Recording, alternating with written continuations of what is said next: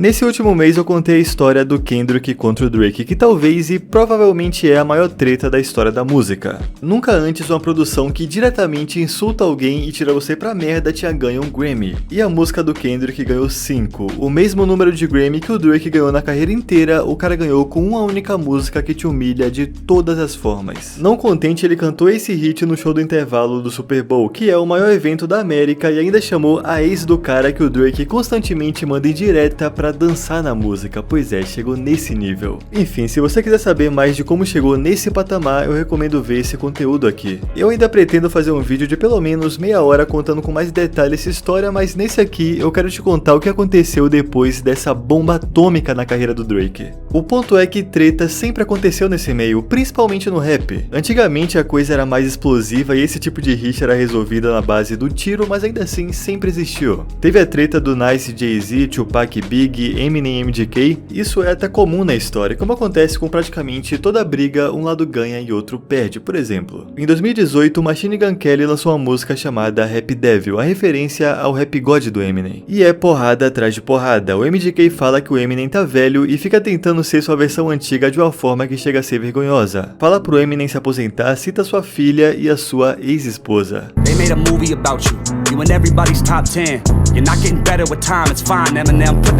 Eu particularmente considero essa música muito boa se tratando de diss, onde o intuito é atacar alguém. Pouco tempo depois, o Eminem responde com a faixa Kill Shot. Essa música tem 500 milhões de views só no YouTube. E tem barras como o Eminem falando que vai dar um autógrafo pra filha do Kelly, cita a ex dele e basicamente tira o cara pra merda.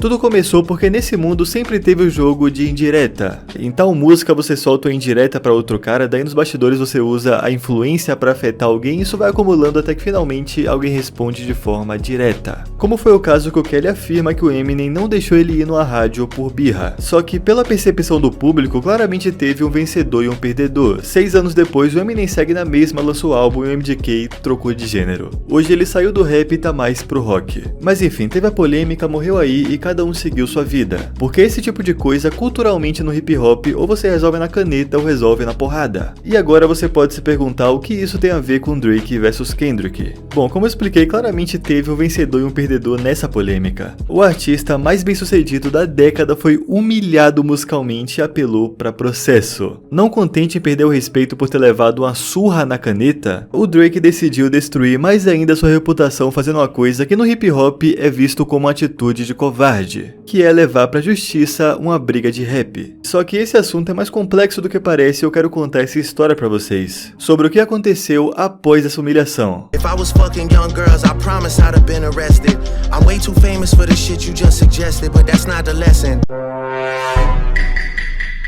This Epstein angle was the shit I expected.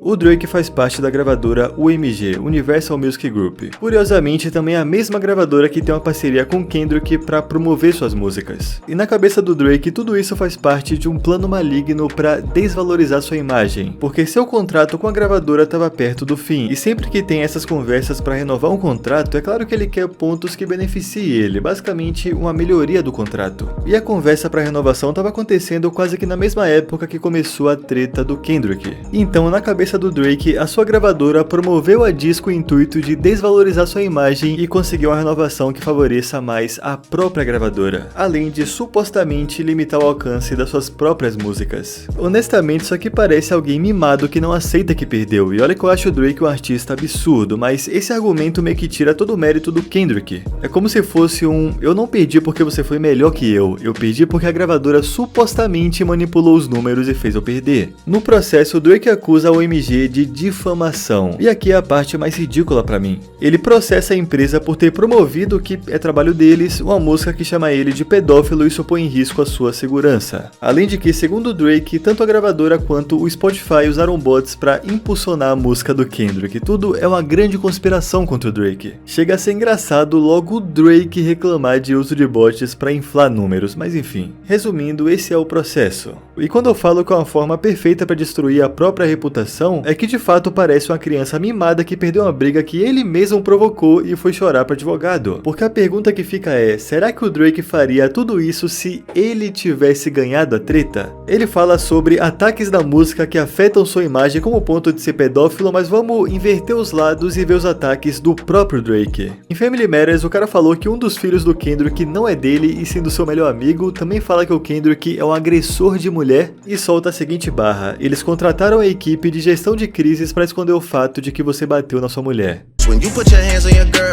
Is it self-defense cause she bigger than you? They hired a crisis management team to clean up the fact that you beat on your queen. The picture you painted ain't what it seemed, you did. Pô, eu acho que também é uma acusação muito pesada. Então como que você vai processar alguém por difamação sendo que você fez a mesma coisa? A diferença é que você perdeu. Qualquer pessoa razoável vai pensar igual, inclusive a própria gravadora do Drake soltou uma nota afirmando isso. Não contente em perder a briga e perder o respeito por ter levado isso pra justiça, o Drake ainda pode afetar toda a indústria da música por birra, e eu vou te explicar o porquê. Basicamente tem um debate na maioria dos tribunais sobre usar ou não trechos de música como argumento em qualquer ação criminal. Porque a música, a arte, pode ser algo factual ou não, pode ser algo dito só pra agregar na produção. Não é porque eu canto que uso droga todo dia que eu de fato uso droga todo dia. Entende onde eu quero chegar? People be having misconceptions about guns. Like, if guns don't make you gangster, having a gun don't make anyone gangster. So rapping about guns don't make you wanna be gangster. You just rapping about guns. Like, I rap about fucking bitches, and I have a whole girl. I ain't fucking none of these bitches. Period. I got a pack, hit him and do it again. I'm fucking a friend. I have a girlfriend. I don't have no young ladies. Don't DM me. I got bands, one day I'm flying to France. Drinking till a nigga land. Nah, I never went to France, but one day I will. Nem tudo pode ser interpretado de forma literal, tem vezes que é só pra agregar na proposta da música. Porém, tem muito promotor que tenta usar trechos de faixa como argumento pra prender alguém. E o hip hop, por ser um gênero com origem das ruas, frequentemente retratam coisas das ruas, como desigualdade, falta de oportunidade e crime. O ponto de não usarem letras de música como prova nos tribunais dá uma liberdade criativa para que eu retrate melhor coisas desse mundo. Seja uma história de superação de alguém que foi salvo dessa vida pelo rap, ou alguém que não conseguiu sair e acabou pagando preço, enfim, você entendeu. O Drake, no seu processo de difamação, afirma que o Kendrick fez acusações que afetam sua segurança. Só que tudo isso estava presente numa música, ninguém consegue afirmar se é factual ou não e cabe ao público julgar. Eu não vou acreditar que um artista é pedófilo só porque outra pessoa falou. Eu preciso de material para fazer meu próprio julgamento, como foi o caso do R. Kelly. Já existia esse boato e por entrevista você percebia que tinha algo errado. Do you like teenage girls?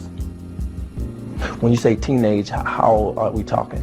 No caso do Drake, literalmente um cara falou isso na música e acabou. Da mesma forma que ele disse que o Kendrick bateu na esposa, qual é a prova disso além de um cara afirmando? Um boato não pega força só com isso, geralmente esse boato pega força por atitudes da própria pessoa. Por exemplo, esse ângulo do Drake ser pedófilo é alimentado por coisa suspeita, como ele manter conversas com a Millie Bobby Brown quando ela tinha 14 anos, dando conselhos sobre relacionamento pra um adolescente. É esquisito. I love him. I met him in Australia and he's honestly so fantastic and a great friend and a great role model. You know, we just texted each other the other day and he was like, I miss you so much. I was like, I miss you more. He's coming to Atlanta, so I'm definitely gonna go and see him. I'm so excited, yeah. You and Drake? That's awesome.